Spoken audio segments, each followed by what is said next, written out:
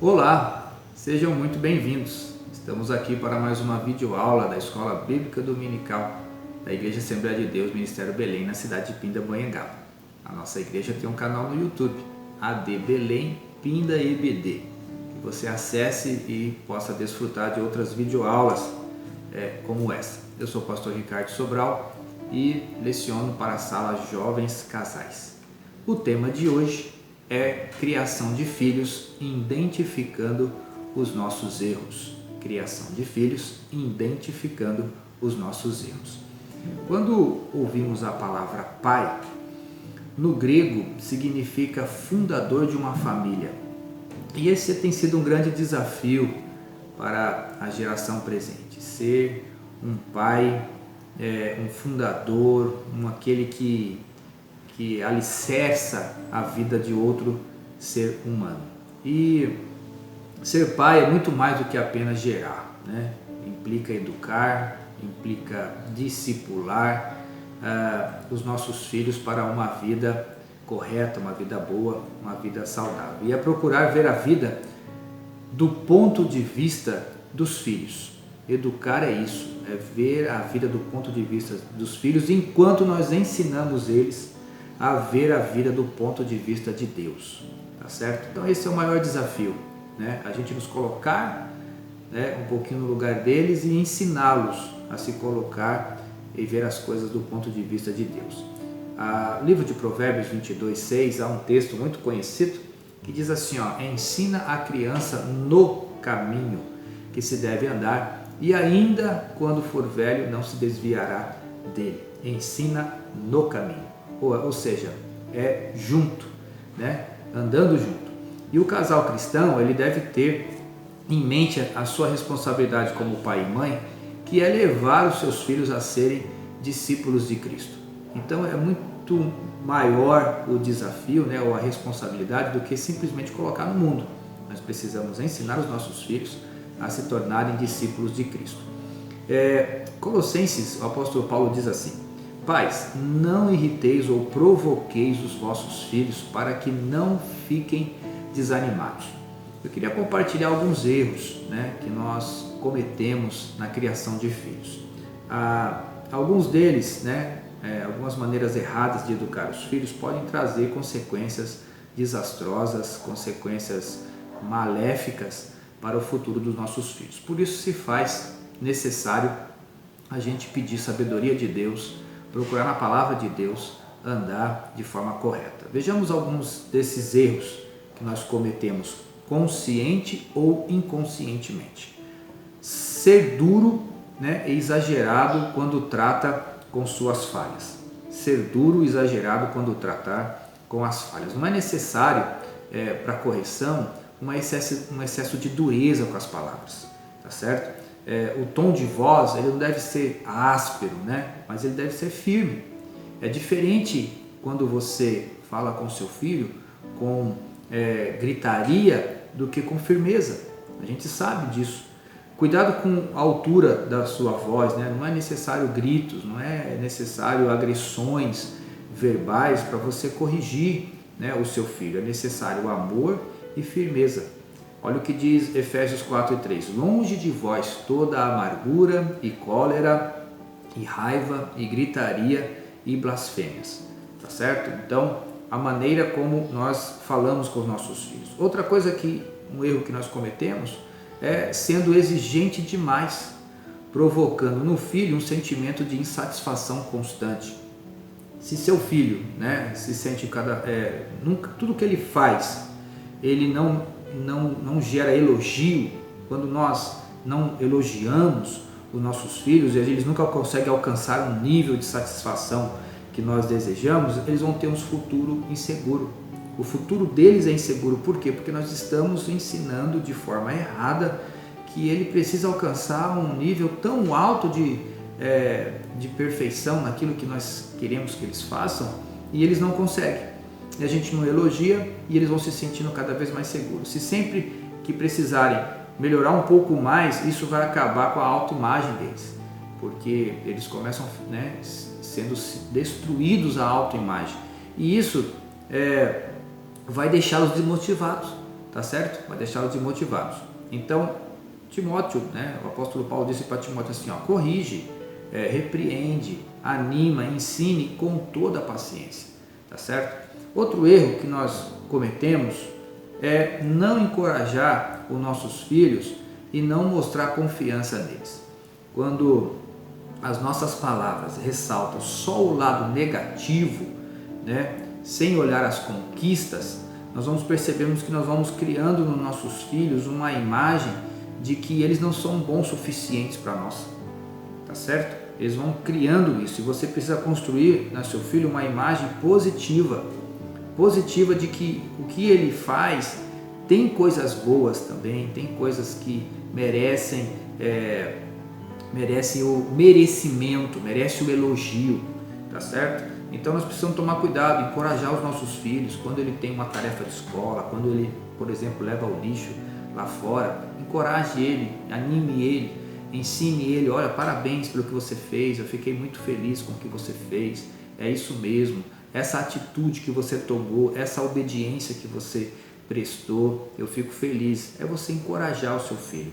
Davi encorajou a Salomão dizendo assim, ser forte, seja corajoso, faze a obra, não temas, não te desanimes, porque o Senhor Deus, o meu Deus, há de ser contigo, não te deixará, não te desamparará, e até que você tenha acabado todo o serviço na casa do Senhor.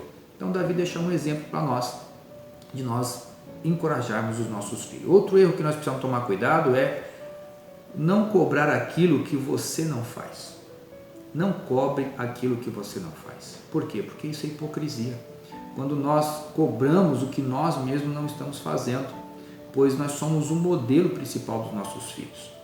O primeiro modelo, a primeira referência que eles têm na vida, de como andar, né, nessa vida que nós estamos vivendo, somos nós. Nós somos o referencial de como tratamos o outro, de como nós oramos, de como nós lemos a Bíblia, de como nós tratamos as pessoas na sociedade, de como nós agimos nas tomadas de decisões, de como nós agimos com a tristeza, com a alegria, com o trabalho, com o dinheiro. Nós somos referência, nós somos modelos para eles. Então nós precisamos tomar cuidado de não cobrar deles aquilo que nós não estamos fazendo. O Senhor Jesus alertou aos seus discípulos dizendo assim, olha, os escribas e os fariseus, eles ensinam a lei, e por isso vocês devem ouvir e seguir tudo aquilo que eles dizem, porém não imitem as suas ações, pois eles não fazem o que ensinam. Então nós precisamos tomar cuidado com esse tipo de erro. Outro tipo de erro comum é demonstrar descontrole emocional. A palavra de Deus diz em 1 Pedro 5,8, sede sóbrios e vigilantes, pois o diabo, o vosso adversário, anda em derredor, como leão que ruge procurando alguém para devorar. O descontrole emocional não deve ser parte do nosso caráter cristão. Você deve desenvolver o domínio próprio, lembra? Gálatas 5,22, em relação às suas emoções, pois quando você se descontrola, isso é sinal de uma manifestação da obra da carne na sua vida. E aí, quem é que está dominando a sua vida? E lembre-se, seus filhos estão vendo, seus filhos estão enxergando. Então, o descontrole emocional é um erro que nós precisamos retirar da nossa vida, se nós assim queremos que nossos filhos cresçam de maneira saudável. Outro erro é você corrigir aquilo que você não ensinou. Você corrigir aquilo que você não ensinou. Tentar corrigir aquilo que antecipadamente você não ensinou, o certo é no mínimo injusto. É injusto com nossos filhos, quando a gente cobra algo que a gente não ensinou. O nosso papel é educar os nossos filhos, e para isso é necessário mansidão, paciência, né? Ensinar passo a passo, dia a dia. Olha, isso aqui se faz dessa forma, isso aqui é dessa forma, a Bíblia ensina assim, a ética ensina dessa forma, né? Respeito, temor, cortesia, educação, no falar, no tratar das pessoas. Então, Deus nos ensina, e isto não levando em conta, por exemplo, a nossa ignorância. Lá em Atos 17:30, né? e não levou Deus em conta os tempos da nossa ignorância. Então nós precisamos corrigir, né, ensinar os nossos filhos para depois então cobrar deles aquilo que nós ensinamos. Outra coisa que é um erro que a gente deve evitar é brigas e desentendimento na frente dos nossos filhos. Um casal cristão, a sua casa deve ser um manancial de águas e não um campo de guerra, tá certo? É assim que nós devemos buscar viver, com entendimento, diz a palavra de Deus.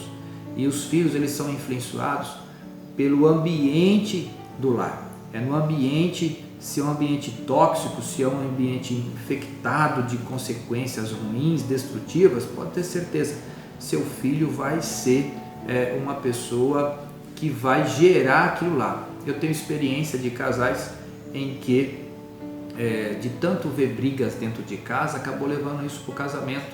E hoje eles vivem brigando e acham que isso é algo normal, acham que é assim porque eles aprenderam isso dentro de casa. Então tomemos cuidado sobre isso. A Bíblia fala em Provérbios 10:6 sobre a cabeça do justo a bênção, mas a boca dos ímpios mora a violência. Em Provérbios 14:11 diz assim: a casa do perverso será destruída, mas a tenda dos retos florescerá. Amém? E mais algum erro aqui? Tente resolver as coisas de forma apenas